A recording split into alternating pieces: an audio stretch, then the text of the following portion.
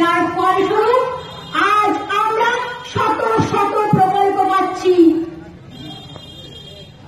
আর এদিকে BJP, Congress, CPM এত বছর ধরে যে রাজত্ব করেছে, কটি প্রকল্প দিয়েছে, কটি উন্নয়ন করেছে। তাই আপনাদের ভোট হচ্ছে মূল্যবান ভোট। এদের ভোট দিয়ে আপনি আপনার ভোট নষ্ট করবেন না। এদের ভোট দিয়ে বাংলার উন্নয়ন বন্ধ করবেন না। এদের ভোট দিয়ে আপনার মেয়ের কন্যাশ্রী বন্ধ করবেন না। এদের ভোট দিয়ে আপনার মেয়ের যুবশ্রী বন্ধ করবেন না। এদের ভোট দিয়ে আপনার মেয়ের ছেলে মেয়ের শিক্ষাশ্রী বন্ধ করবেন না। আপনার বিনা পয়সা চিকিৎসা বন্ধ করবেন না।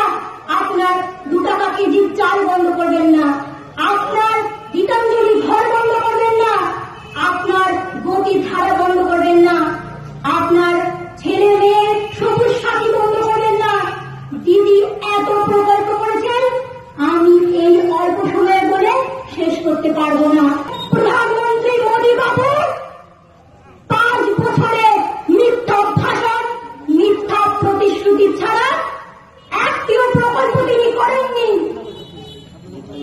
তাই আমি ওই মোদীকে বলতে চাই, वो बात करे ताज की, आप बात करो आज की। वो बात करे 3 तलाक की, आप बात करो 15 लाख की। वो बात करे हिंदू और मुसलमानों की, आप बात करो नारी सम्मान की। वो बात करे नफरत और दंगों की, आप बात करो भूखे और नंगों की। वो बात करे मन की, आप बात करो काला धन की। वो बात करे पाकिस्तान की, आप बात करो केवल और केवल मेरा भारत महान की। আর এই ভারতবর্ষে কংগ্রেস, সিপিএম, বিজেপির অত্যাচার দেখে দিদির বড়, হ্যাঁ দিদির কষ্ট হয়। বহু সংস্কৃতির ভারতবর্ষকে ভেঙে টুকরো টুকরো করে দেওয়া হচ্ছে। দিদির কষ্ট হয়। ভারতের বহু বেকার যুবকরা চাকরির জন্য দাঁড়ে দাঁড়ে ঘুরছে। দিদির কষ্ট হয়। কৃষক ভাইরা তাদের ফসলের ন্যায্য মূল্য পাচ্ছে না। দিদির কষ্ট হয়।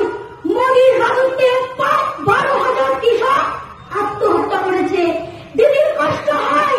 জিএসটি চালুর কারণে ছোট ছোট ব্যবসায়ীদের দোকানপাট বন্ধ করে দেওয়া হয়েছে।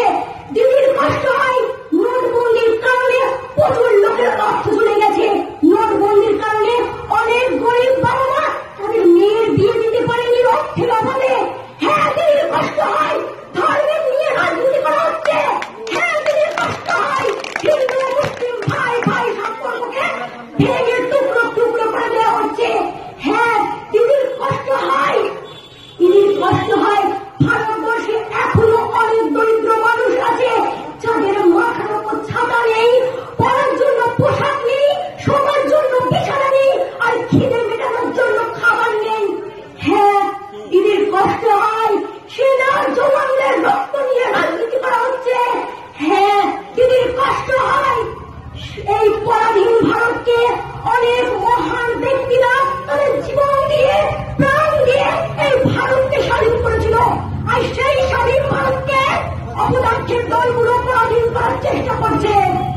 কিন্তু আপনারা একদম ভয় পাবেন না, একদম চিন্তা করবেন না। যতদিন মা মাটি মানুষের সরকার মমতা বন্দ্যোপাধ্যায় আছে, ততদিন ভয় পাবেন না। মা মাটি মানুষের সরকার 34 বছরের রাজত্বকে এই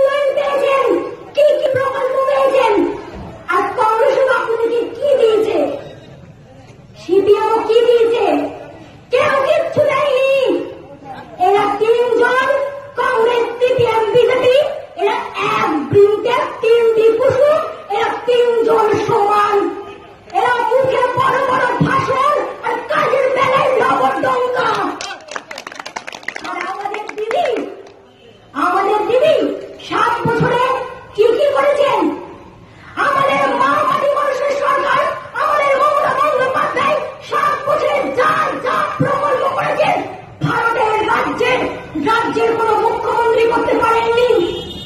তাই আমি গর্বিত, ভারতবর্ষের 29টি রাজ্যের মধ্যে আমাদের পশ্চিমবঙ্গ 1 নম্বর স্থান অধিকার করে আছে উন্নয়নের দিক থেকে।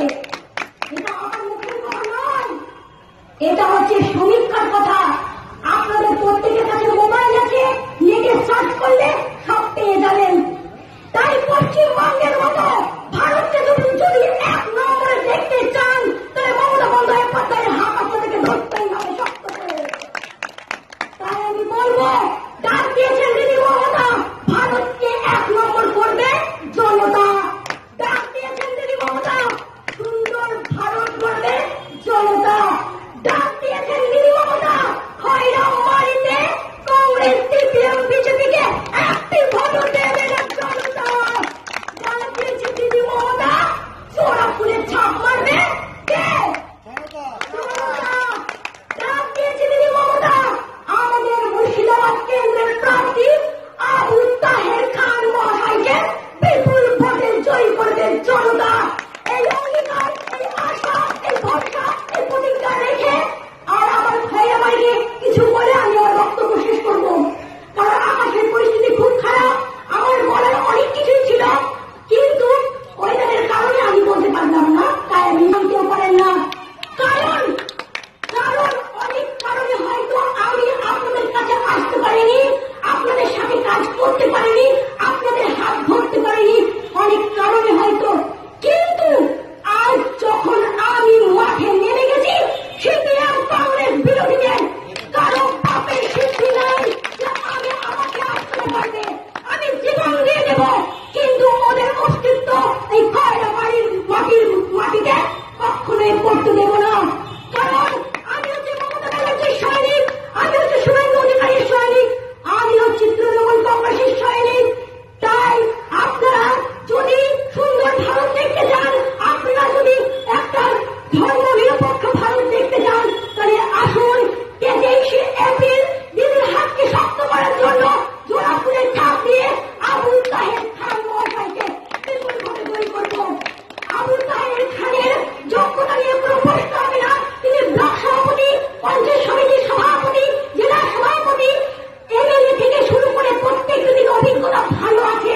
তাই আপনাদেরকে আমি বলবো, আসুন 23শে এপ্রিল সকাল সকাল জোড়াপুরে ভোট দিয়ে আবু তাহের খান মহাশয়কে বিপুল ভোটে জয়ী করব। তাই এখানে সকলকে আমি বলবো, যারা স্টেজে আছে সকলকে বলবো, সবাই